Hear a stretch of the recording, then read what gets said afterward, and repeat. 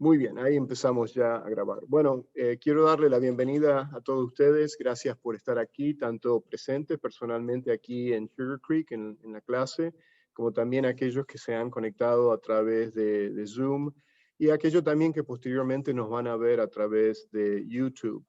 Qué lindo es poder compartir juntos y poder juntos escudriñar la palabra de Dios.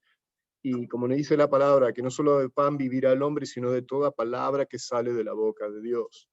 Y es imperativo, es importantísimo de que nosotros nos alimentemos de la palabra de Dios para que entonces de esa manera podamos madurar y crecer en los caminos del Señor. La palabra de Dios nos dice que crezcamos en su gracia y en el conocimiento de nuestro Señor y Salvador Jesucristo. Y qué privilegio es poder juntos con ustedes de poder traerles la palabra de hoy. Bueno, hoy vamos a continuar con nuestra serie El Evangelio según Jesucristo. Lo comenzamos hace varios meses. Vimos la primera parte de cómo Jesús proclamaba, anunciaba, enseñaba el Evangelio. Lo vimos con las narraciones en cuando Jesús se encuentra con, por ejemplo, con Nicodemos, o con el joven rico, o cuando fue con la mujer samaritana, o cuando él llamó a sus discípulos. Y lo que hemos estado explorando y aprendiendo es qué significa el ser verdaderamente cristiano, qué significa el venir a ser salvo, qué significa el hecho del sígueme de Jesús. Cuando Jesús venía y se acercaba a sus discípulos, decía, ven y sígueme. ¿Qué significa el sígueme? ¿No es cierto? Y eso lo hemos estado viendo a través de la primera parte. Y ahora en la segunda parte hemos estado ahora aprendiendo acerca de cómo Jesús ilustra el Evangelio. Vimos cómo lo proclamaba y ahora vamos a ver cómo Jesús lo ilustra. Y la manera que hemos estado viendo de cómo Jesús ilustra el Evangelio es a través de las parábolas. Justamente hoy vamos a ver en Mateo capítulo 13 la segunda parábola ahí de Mateo capítulo 13. Semana pasada estuvimos viendo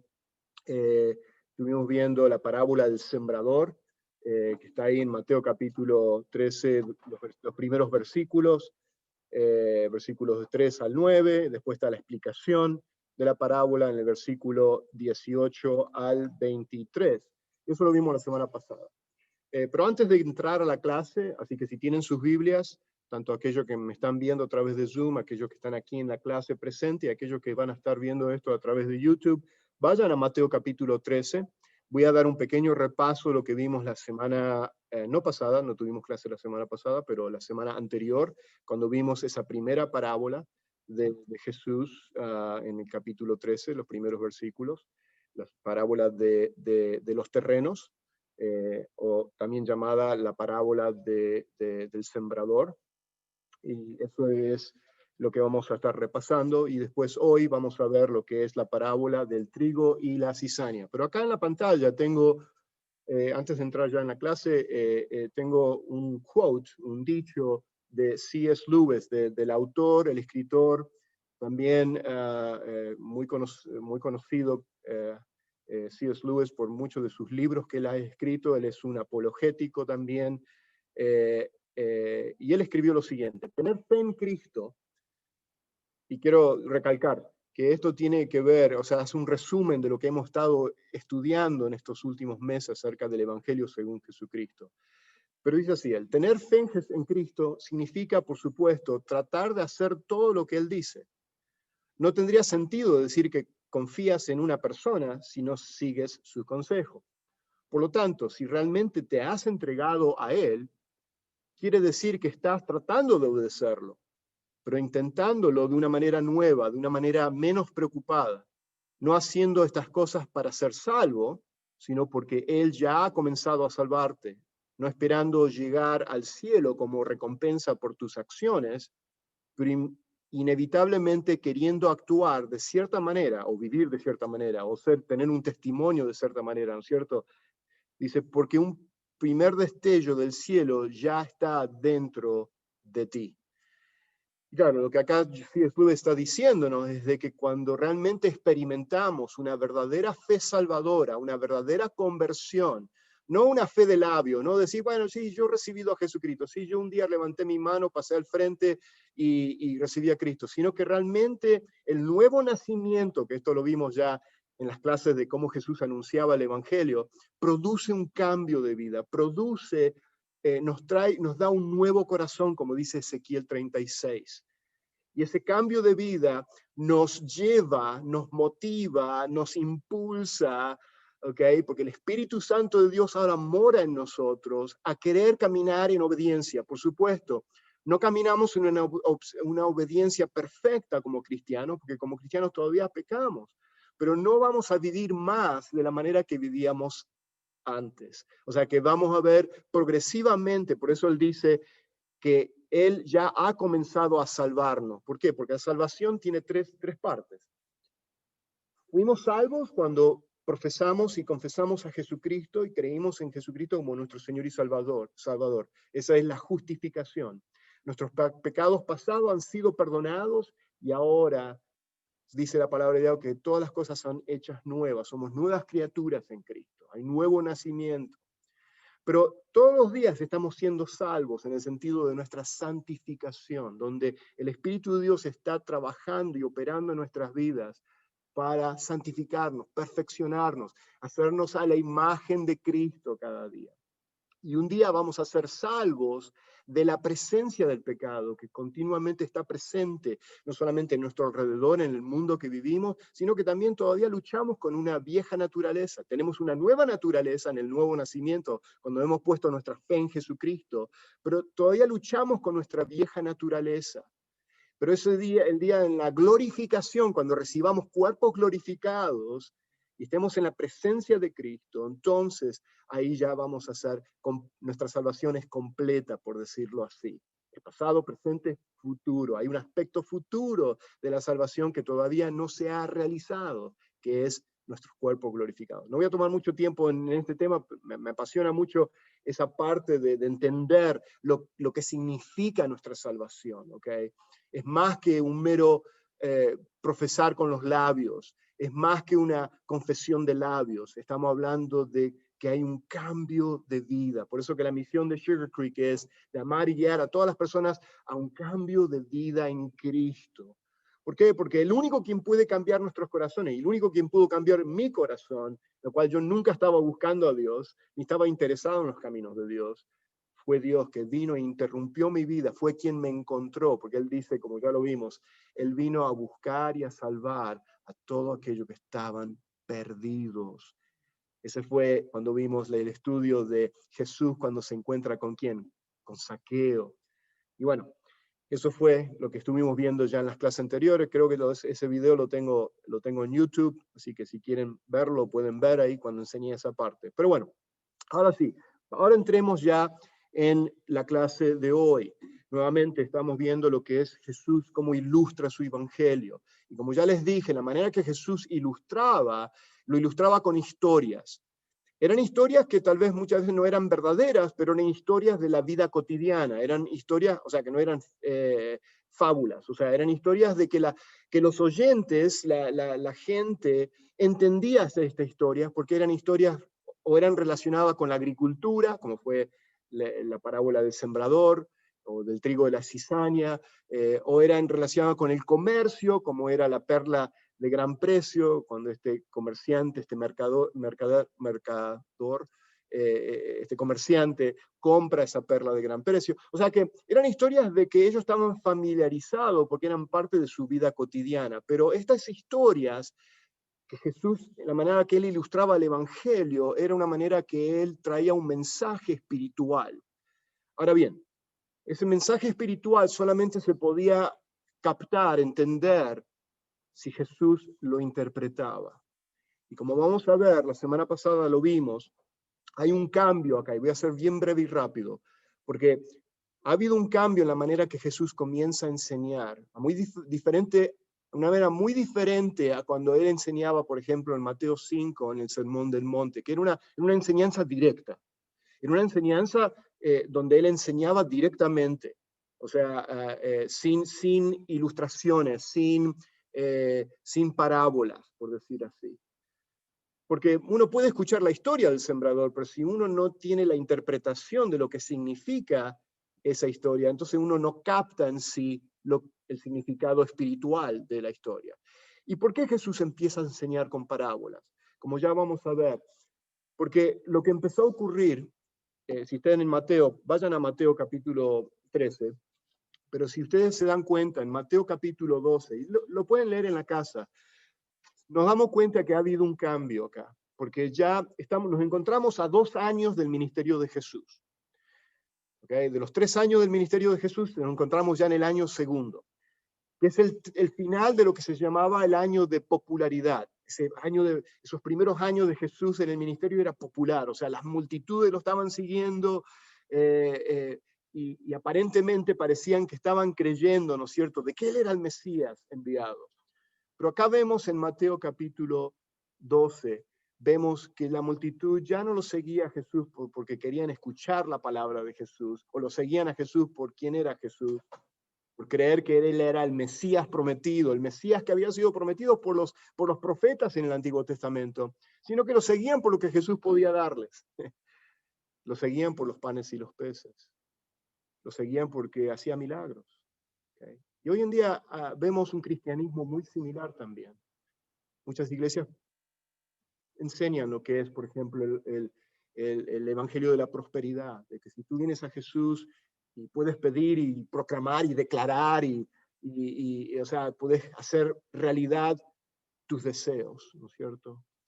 Y vemos que esa no es la motivación realmente de un verdadero cristiano, de querer buscar a Jesús por lo que Él puede darnos, sino realmente lo seguimos porque le amamos, porque Él nos amó primero y nos dio el regalo más grande que no se puede comprar con absolutamente nada material, que es el regalo de nuestra salvación. O sea que las multitudes amaban el pan y los peces, amaban los milagros de Jesús, amaban las bendiciones de Jesús, amaban las obras de Jesús, pero odiaban las palabras de Jesús. Interesante, odiaban.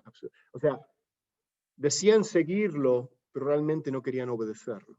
Y es lo que C.S. Lewis en ese dicho de C.S. Lewis, de lo que C.S. Lewis nos dice, que el verdadero caminar de un cristiano es de desear caminar en obediencia.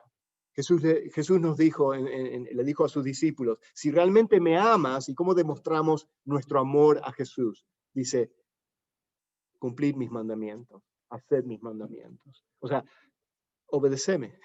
Si decís que me vas a seguir, entonces quiero que me obedezcas. Entonces, vemos hoy en día un cristianismo superficial. El hecho de decir, muchos quieren recibir el perdón de sus pecados, pero no quieren vivir vidas arrepentidas. Es interesante porque me he encontrado durante años en el ministerio, me he encontrado con personas de que levantaron la mano, pasaron al frente, y eso no garantiza de que ninguno sea salvo. O sea, y después cuando yo tengo conversaciones uno a uno con estas personas, me doy cuenta que muchos de ellos, que aparentemente hicieron una profesión de fe o dijeron recibir a Jesús, aparentemente no demostraban ninguna señal de arrepentimiento, de que son pecadores, de que tienen que venir a Jesús y que se dan cuenta de que no hay otra manera. Aunque yo no entendía el Evangelio, o no entendía prácticamente mucho de la palabra de Dios, yo me acuerdo cuando yo tenía 20 años de edad, yo sabía que yo estaba perdido. Aunque no entendía mucho de la palabra y de todo eso, pero yo sabía que yo estaba mal con Dios y que yo necesitaba entregar mi corazón a Él. Y bueno, y eso es lo que nos estaba diciendo acá. Ahora bien, entonces volviendo a lo que dimos la semana pasada, la parábola del sembrador, y ya vamos a entrar ahora en lo que vamos a ver precisamente, lo que vamos a ver ahora en Mateo capítulo 13, la parábola del trigo y la cizaña. Unos minutitos más y ya vamos a entrar ahí. Regresamos al repaso de la semana anterior, cuando vimos la parábola del sembrador, que se encuentra al principio de Mateo 13. La parábola del sembrador, cuando él comienza a enseñar así con parábolas, más bien a las multitudes, no les daba a las multitudes la interpretación. ¿Por qué? Porque era una manera de juicio ahora a esta generación. Porque aunque las multitudes venían a escucharle, como ya les dije, no buscaban realmente obediencia a creer lo que Jesús estaba enseñando, sino que más bien estaban buscando los milagros, las bendiciones, el pan y los peces. Pero realmente no creían en él, porque como vamos después a ver más adelante, un año después, entrando ya en el año de la pasión de Jesús, esa misma multitud fueron los que gritaron, crucifícanle, crucifícanle.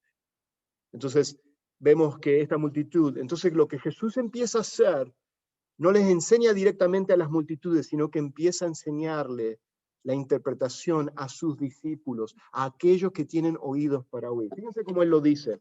En Mateo 13, al final, cuando él da la primera parábola, ahí en Mateo 3 al 9, él termina diciendo, el que tiene oídos para oír, oiga. ¿Y qué significa el que tiene oídos para oír, oiga? El que realmente quiere oír con oídos de credulidad, de creer, o sea, de realmente decir, Señor, yo creo en ti, yo quiero obedecerte, yo deseo seguirte. Las multitudes no deseaban eso, entonces la manera que él empieza a enseñar con parábolas es una manera de traer juicio también a esta generación incrédula. O sea que, y él después más adelante le dice a sus discípulos, fíjense cómo le dice a sus discípulos, porque los discípulos, los que querían saber la interpretación, se acercan a Jesús, a diferencia de la multitud no se acerca a Jesús.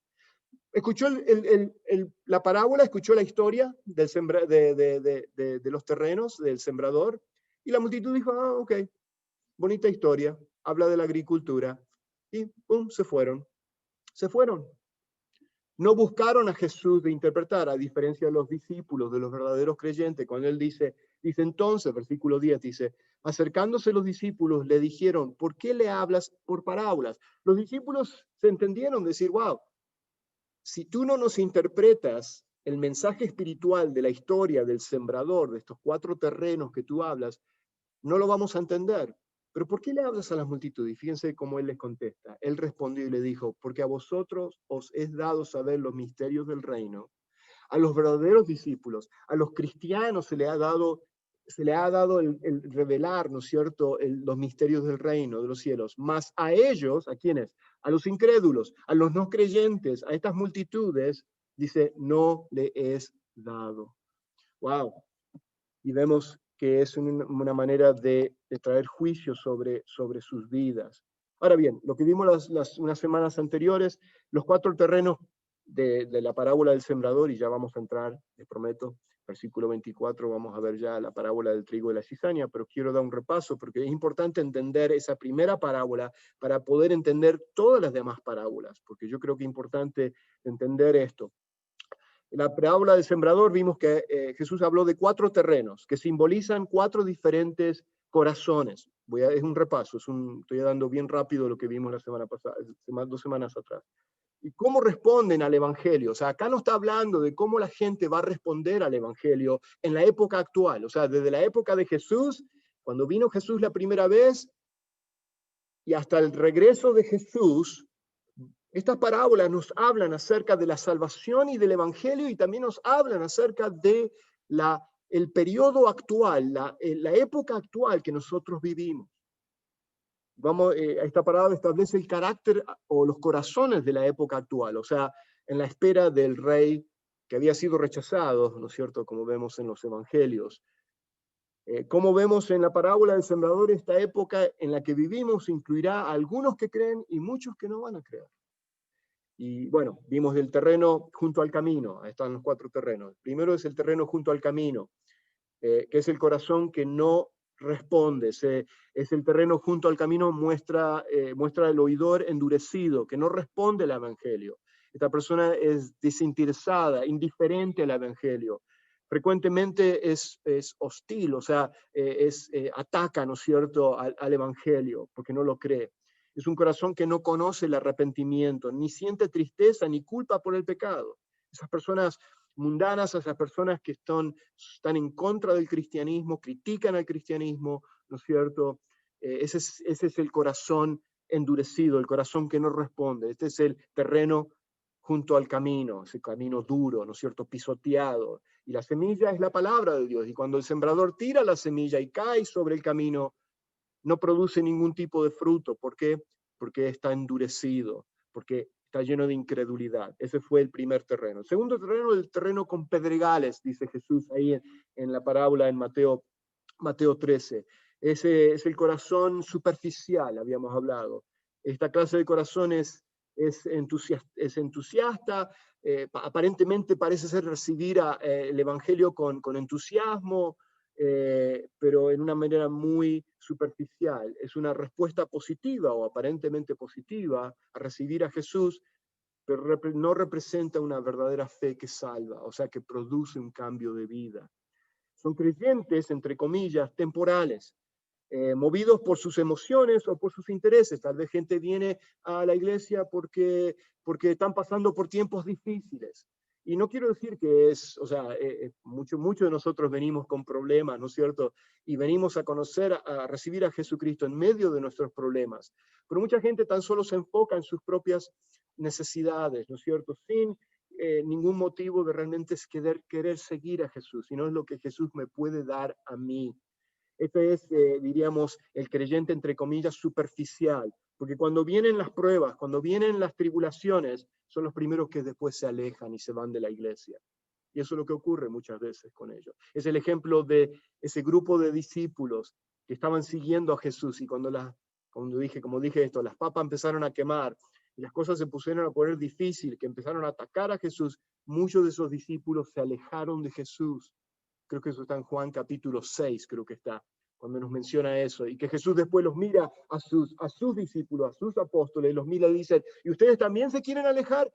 Y Pedro lo mira a Jesús y le dice, ¿a quién más iremos que tiene palabra de vida? Le dice a Jesús. O sea, ahí te das cuenta la diferencia entre el verdadero discípulo y aquellos que eran tan solo discípulos superficiales. Bueno, después vimos el tercer terreno, el terreno que era con espinos, y cómo ahoga la semilla y no permite que la semilla eche raíces y después germine y dé frutos. Vemos que es el corazón mundano.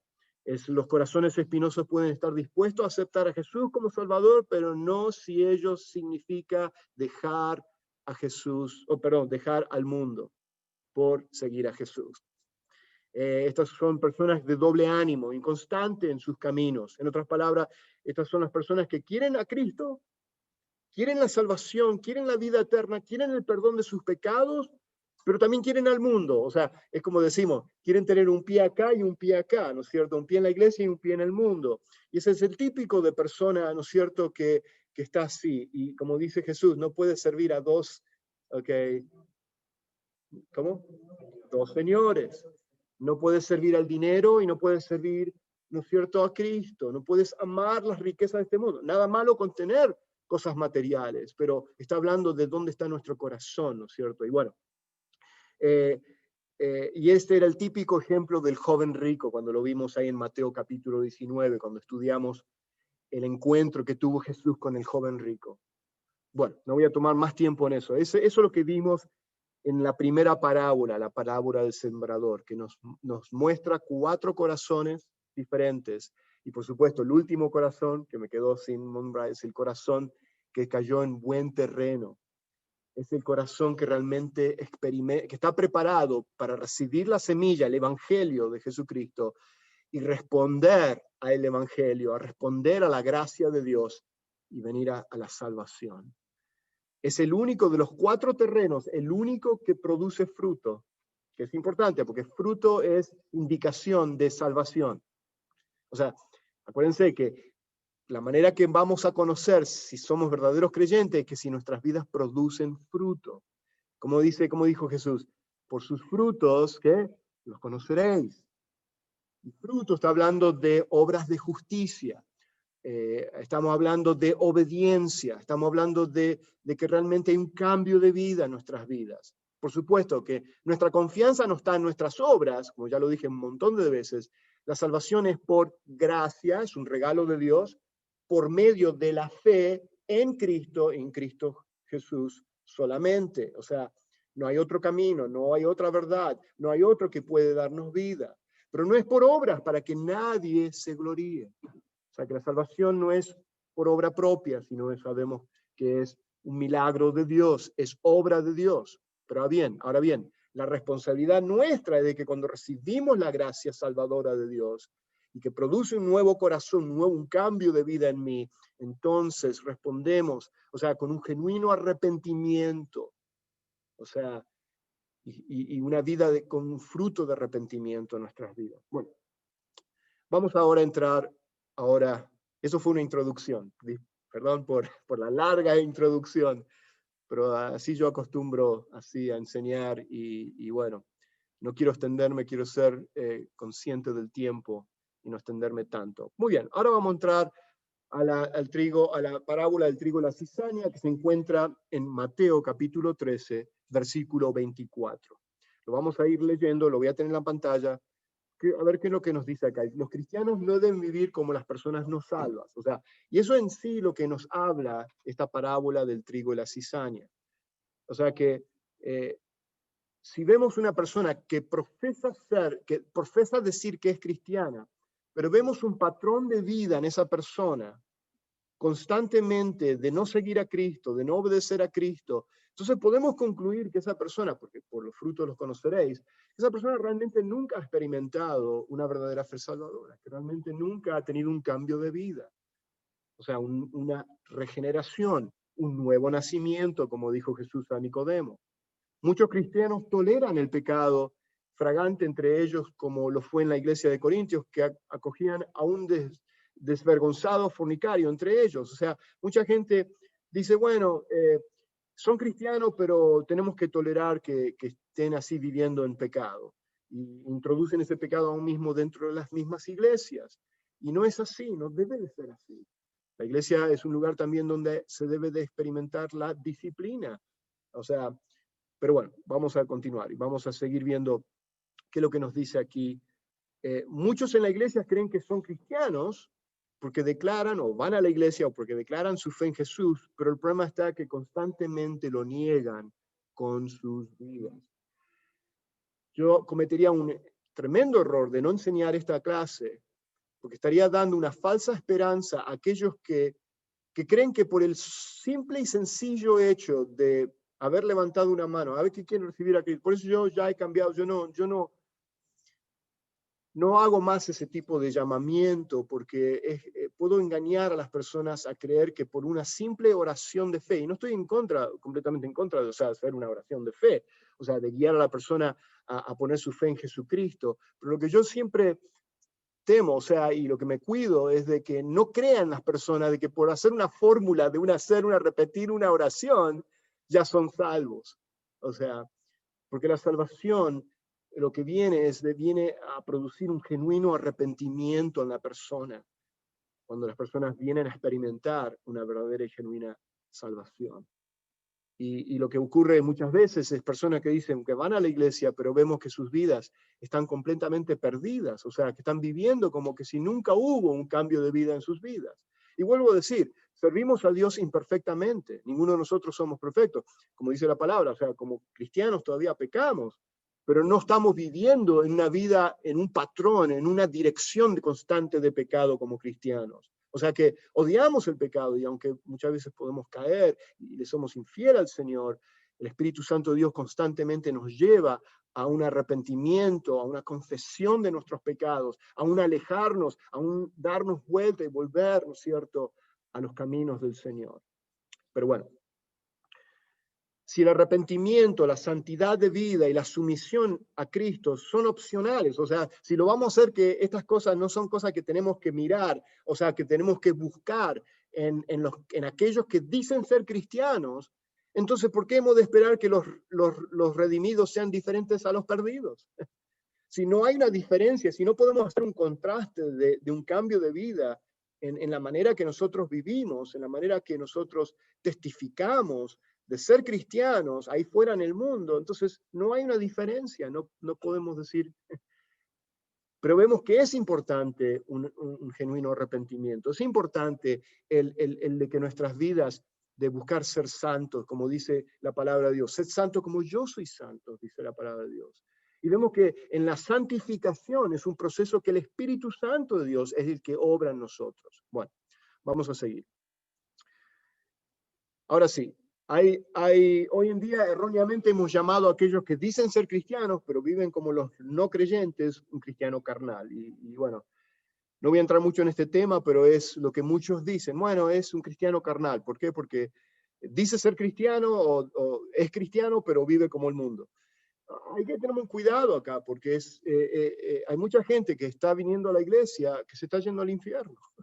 O sea, quiero ser bien directo con esto, o sea, porque ese es el tema que estamos estudiando. Y por eso que la palabra de Dios nos dice en Corintios que debemos de examinarnos a nosotros mismos si realmente nosotros estamos en la fe y que si realmente nosotros hemos hecho una verdadera profesión de fe. Y bueno, los cristianos pueden comportarse y se comportan en maneras carnales, y muchas veces nos pasa a todos nosotros como cristianos, pero no hay nada en la Biblia que sugiera que un verdadero cristiano, ahí está, lo tengo subrayado, pueda practicar, y ahí está la clave, la palabra clave, practicar una forma de vida de indiferencia y antagonismo ininterrumpidos hacia las cosas de Dios.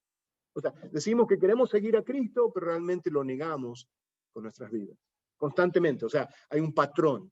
Quiero aclarar eso. ¿Okay? Quiero aclarar eso. Y bueno, y acá entramos ya en la parábola del trigo y la cizaña, porque como toda parábola, la parábola es una comparación. Él trae esta historia para compararlo. Por eso que muchas de las parábolas comienzan diciendo, y el reino de los cielos es semejante, es comparable con, y da la historia, como en el caso ahora del trigo y la cizaña. Perdón, se me fue. Cuando la Biblia reconoce la dificultad de distinguir las ovejas de las cabras, la cuestión no es que los cristianos puedan parecer impíos, sino que con frecuencia los impíos parecen justos. Mateo 13, 24 al 30 es el relato del trigo y la cizaña. Contiene figuras semejantes a la de las parábolas del sembrador, pero Jesús presenta un enfoque acá un poco diferente de lo que ya vimos con los 4 terrenos. Ok, entonces, miren, dicho de otra forma, se supone que el rebaño debe de estar vigilante, ¿no es cierto? Nosotros aquí dentro de la iglesia, para distinguir a los lobos con piel de ovejas, no que toleremos las ovejas que actúan como lobos. No sé si me entendieron eso. Es interesante, o sea, se supone que nosotros como iglesia, el rebaño de la iglesia debe estar vigilante para distinguir aquellos que son lobos vestidos de ovejas, que no son creyentes, pero están vestidos como ovejas, y no tolerar, decir, bueno, son cristianos y los vamos a tolerar el pecado, la falsa enseñanza, lo que sea. Tolerar las ovejas que actúan como lobos. Porque no hay tal cosa, no hay ovejas, o sea, siempre vemos que es el enemigo que se quiere vestir y quiere engañar y vestirse como dice, como el enemigo Satanás, se viste como qué, o es como un ángel de luz. O sea, y vemos que eso es lo que hace el enemigo, siempre. Y eso es lo que vamos a ver ahora en la parábola del trigo y la cizaña. Ahí lo tengo en la pantalla, si lo quieren seguir en sus Biblias, lo pueden seguir en sus Biblias. Creo que estoy usando acá la traducción, la Biblia de las Américas, aquí en la pantalla. Dice, Jesús les contó otra parábola. Dice, el reino de los cielos es como un hombre, ahí está la comparación, es como un hombre que sembró buena semilla en su campo. Pero mientras todos dormían, llegó su enemigo y sembró mala hierba entre el trigo y se fue. Cuando brotó el trigo, se formó la espiga. Apareció también la mala hierba, que es la cizaña. Y dice, y los siervos fueron al dueño y le dijeron, Señor, ¿no sembró usted semilla buena en su campo? Entonces, ¿de dónde salió la mala hierba? Esto es obra de un enemigo, le respondió. Le preguntaron los siervos, ¿quieres usted que vayamos y a arrancarla? Versículo 29. No, le contestó. No sea que al arrancar la mala hierba, arranquen con ella el trigo. Dejen que crezcan juntos hasta la cosecha. Entonces les diré a los segadores, recojan primero la mala hierba y átenla en manojos para quemarla. Después recojan el trigo y guárdenlo en mi granero. Wow. Muy sencilla la historia. Muy conocida también por los judíos en ese tiempo.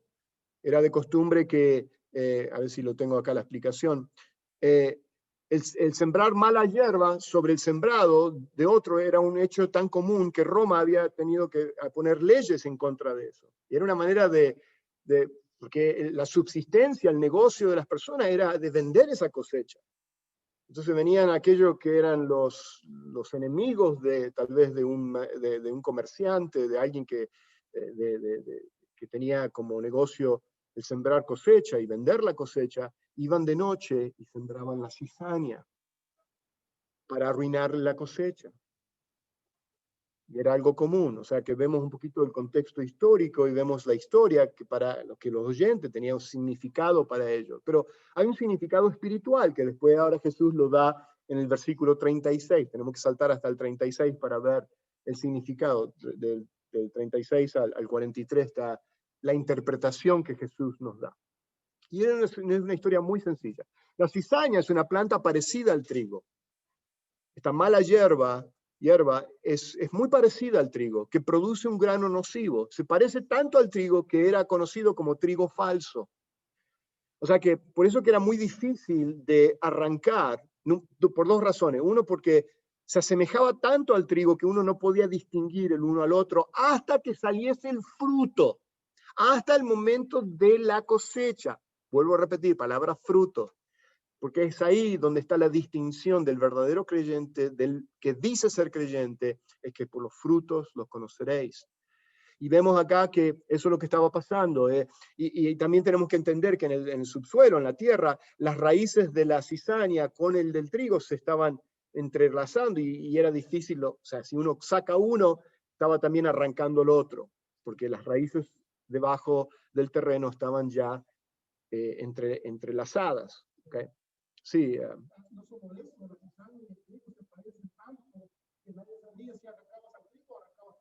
Correcto. Por eso que le llamaban trigo falso. Era muy, muy parecido. En este relato, el padre de familia, este señor, al que sus siervos le están diciendo, prefirió no arriesgarse a perder toda la cosecha, sino al tratar de arrancar la cizaña. Ahí lo tengo en la pantalla. O sea, entonces, ¿qué puede significar este relato? ¿Qué significa? ¿Cuál es el significado espiritual? Que nuevamente Jesús lo dice a las multitudes, ¿no es cierto? Y las multitudes terminan de escuchar la historia y dicen, qué bonita historia, y se van. Pero los únicos que se acercan a Jesús, ¿no es cierto? Y lo ven en el versículo 36. Vayan, no lo tengo en la pantalla. En el versículo 26 de Mateo 13, él dice, entonces, despedida la gente, entró Jesús en la casa y acercándose a él sus discípulos le dijeron, explícanos la palabra de la cizaña del campo. ¿Se dan cuenta? El verdadero creyente siempre queriendo saber la verdad, ¿no es cierto? Siguiendo al maestro, a diferencia de las multitudes que eran incrédulos, que lo seguían por lo que Jesús podía darles y no porque realmente querían creer en él. Y bueno, ahora vamos a ver, separar cuáles son los actores de esta historia, de esta parábola. ¿Okay? Vemos que Jesús en Mateo, acá estamos viendo la interpretación. En Mateo versículo 13, versículo 37 nos empieza a dar la explicación. Él les dice, y empieza a explicar la palabra, el que sembró la buena semilla es ¿quién? El Hijo del Hombre, dice, le respondió Jesús. Acá nos da específicamente que quien siembra la semilla es el Hijo del Hombre. Y por supuesto, el Hijo del Hombre era un título mesiánico.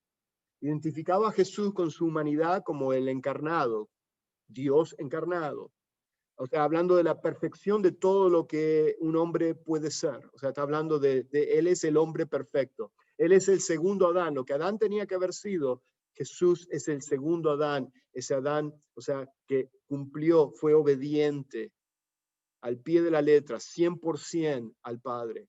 Lo que Adán tendría que haber sido, ¿no es cierto? Y por eso que nosotros, siendo descendientes del primer Adán, somos todos pecadores, ¿no es cierto?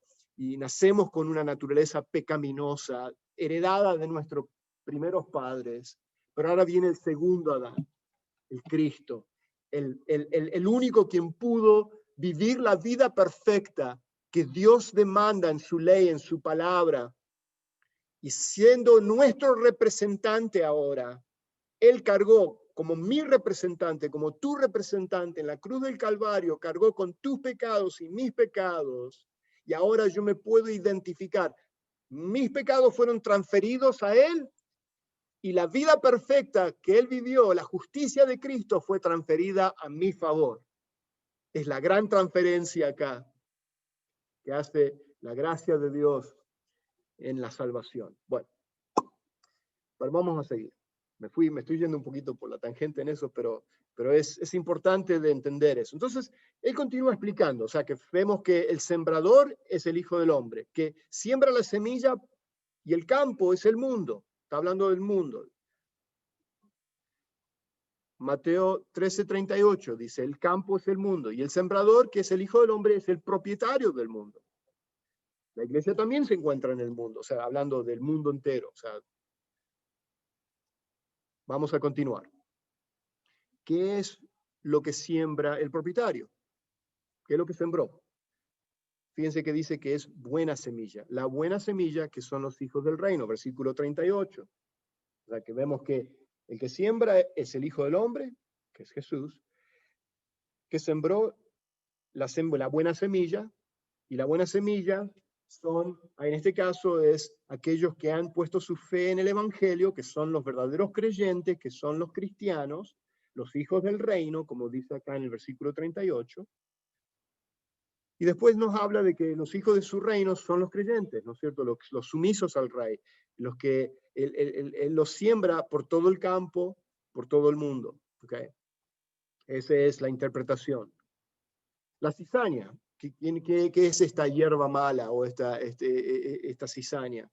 Y acá él lo da la explicación, versículo 39. Dice, el enemigo que la sembró es el diablo. La ciega es el fin del siglo y los segadores son los ángeles. Bueno, me adelanté un poquito. El enemigo sembró, que es el diablo, el enemigo es el diablo, él siembra esta mala hierba o esta cizaña que son los incrédulos, son aquellos que rechazan el evangelio.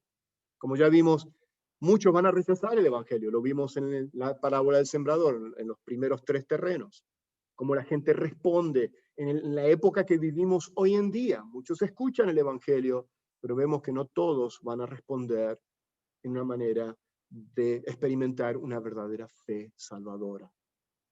Y bueno, continuamos. ¿Cuál es la trama de esta historia? El significado de la palabra no es nada complicado. Vemos acá que el Hijo del Hombre, Jesús, sembró los hijos de su reino en el mundo. El enemigo viene, Satanás, destruyó la pureza de la siembra, mezclando a sus hijos que le siguen a él, los hijos del diablo, como Jesús catalogó a los fariseos, ¿no es cierto? Dice, cuando los fariseos decían, bueno, nosotros somos hijos de Abraham, ellos decían que venían descendientes de Abraham. Dice, ustedes son hijos del diablo, de su padre, el diablo, les dice.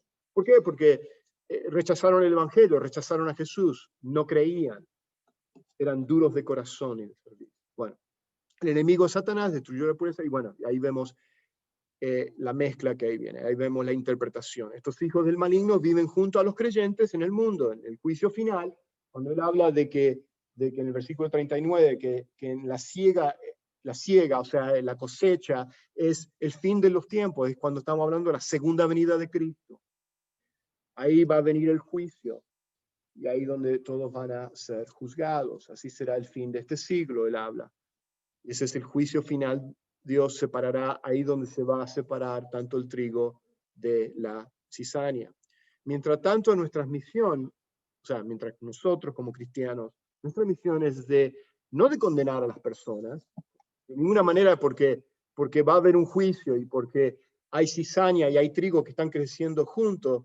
De ninguna manera nosotros tenemos que estar condenando a la gente, sino que nuestra misión es ser embajadores de Cristo y tener un efecto positivo sobre la cizaña, sobre aquellos que son incrédulos, aquellos que están en el mundo, aquellos que no son salvos, por nuestro testimonio y por nuestras vidas mismas, de ser un efecto, como sal, ¿no es cierto? En un mundo que está no salado, que está lleno de pecado, que nosotros por nuestras vidas podamos entonces influenciar. El único que puede cambiar el corazón del hombre es Dios, o sea, es por un milagro de Dios, pero nuestras vidas ocasionan un impacto, ¿no es cierto?, a las personas que no son salvas. Pero esa es nuestra misión, no de condenar, no de destruir, no como los siervos decían, arrancamos ahora la cizaña y el Señor le dice, no, dejamos que crezcan juntos. Es como la declaración que hizo, ¿se acuerdan?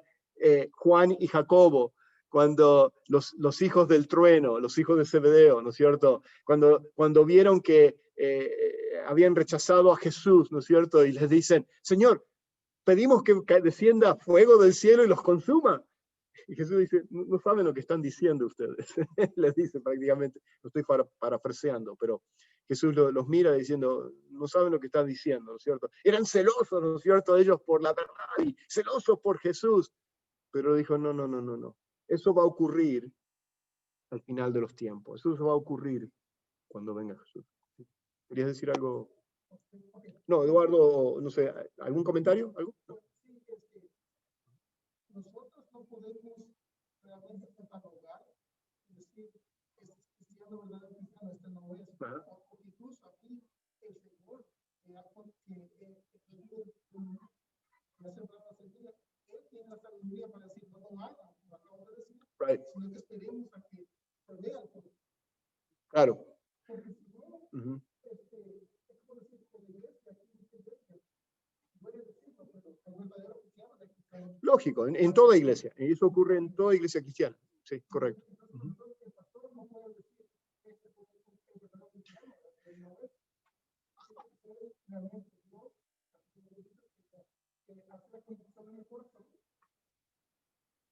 Hay ocasiones que sí se puede distinguir ya. O sea, y uno puede exhortar a la persona o sea, si la persona está constantemente en un patrón de una vida en pecado y profesa ser cristiana, es nuestro deber como cristianos, o sea, no estamos condenando a la persona, sino de exhortar a que venga un arrepentimiento. Es como pasó en Corintios, ¿no es cierto?, que el hijo estaba durmiendo con la madrastra, o sea, con la segunda esposa de su padre. Esto es en 1 Corintios capítulo 5, creo que es. Y la iglesia no estaba haciendo nada. Estaban ahí conviviendo, el hermano venía a la iglesia, a los servicios, y nadie le decía nada. Entonces Pablo tiene que exhortar a la iglesia, decirle, un momento, hay que traer disciplina acá en la iglesia. Pero sí, tenés razón, hay muchos casos, no se puede distinguir. Y como decimos, Dios conoce el corazón, pero al fin y al cabo, siempre por el fruto se va a distinguir esa persona, comparado con la persona que profesa. O sea, si una persona me dice a mí que es cristiana, pero no vive una vida, o sea, que nunca ha experimentado, no se considera que es pecadora o que necesita venir a arrepentimiento y que está bien vivir juntos con una mujer ahí o sea, estoy dando un ejemplo verdadero, o sea, de que personas que me vienen y me dicen que son cristianos y no ven nada malo en todo eso. Entonces yo puedo decir, realmente tú no has experimentado realmente una verdadera fe salvadora, o sea, que nunca has venido a ser salvo. Y tienes que arrepentirte y recibir a Cristo como tu Señor y Salvador y venir a poner tu fe en Él. Entonces ver que realmente haya un cambio de vida en esa persona. Y ese es el problema. A veces ocurre eso, de que podemos distinguir ya personas que... Y ahí está la prédica del Evangelio. O sea, yo creo que trayendo la palabra de Dios, como estamos trayendo ahora la palabra de Dios, la palabra de Dios trae convicción, ¿no es cierto?, a estas personas. Y por supuesto muchos de ellos pueden, aunque han estado viniendo por años en la iglesia, muchas personas han venido a decir, ¿sabe qué? Yo nunca era salvo. Y ahora he escuchado el Evangelio, y he tenido convicción en mi corazón y reconocido que soy pecador y que necesito a Cristo. Muchas personas han venido a experimentar eso. Bueno, continuamos con la historia. Entonces, pero sí es cierto, al fin y al cabo, en muchas ocasiones no se pueden distinguir. Y ese es al final del juicio que se va a ver. Aquellos que eran pastores, maestros, y que eran falsos maestros y falsos pastores. Y vemos, y esto lo vimos en una de las clases, de que es alarmante a veces escuchar de que un pastor que ha estado pastoreando por años una iglesia, al fin y al cabo después denuncia su cristianismo y dice, ya no es más cristiano. Y yo digo, ¿cómo puede ser eso? Yo decía. Eso lo di en un ejemplo en una de las clases. Que sí, correcto, que ocurrió no hace muchos años en un pastor de una mega iglesia acá en Estados Unidos. Y no estoy juzgándolo a él, o sea, en el sentido de que lo único que puedo juzgar es las palabras que salen de la boca de él y la enseñanza y lo que él está diciendo. Pero bueno, el punto que queremos llegar es ese.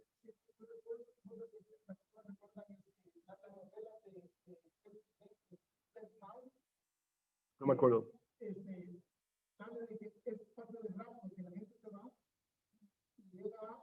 Ah, ok. Ah, y se había quedado. Y él dice, yo predicaba, pero yo realmente no lo creía. Correcto. Wow. Sí, sí, sí. Y eso pasa muchas veces. Muchas personas conocen el lenguaje de la iglesia. Correcto. Sí, sí. Y eso es lo que hemos estado hablando. Y buen punto. Porque eso es lo que estamos, ¿sí? Conoce todo, dicen aleluya, amén. Sí, bendiciones, pero realmente no han tenido No han tenido una verdadera experiencia, una verdadera un nuevo nacimiento. Correcto. Correcto. Y es el ejemplo que dimos de Judas, por ejemplo, que es el perfecto ejemplo de que salía con los 12, escuchó el mensaje de Jesús, predicaba el evangelio, hasta hizo milagros junto con los otros discípulos y lo viene a negar, a traicionar a Jesús. Y vemos el ejemplo de, en ese caso ahí se vio el fruto en la vida de Judas sin esperar el juicio, ¿no es cierto? En el caso de él se vio. Pero bueno, ¿cuál es la trama acá?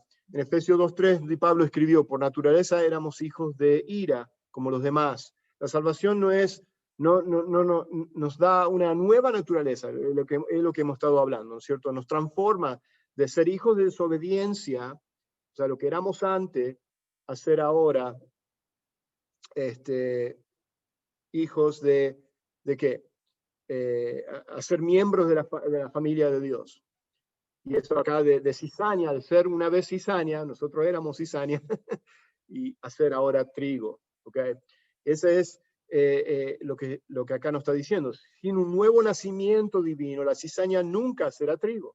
O sea, acá volvemos a repetir que la única manera que la cizaña puede ser trigo es a través del milagro de la salvación, es a través de recibir a Cristo como Señor y Salvador y recibir un nuevo corazón, experimentar lo que es la regeneración, este nuevo nacimiento que nos dice Juan 3:3.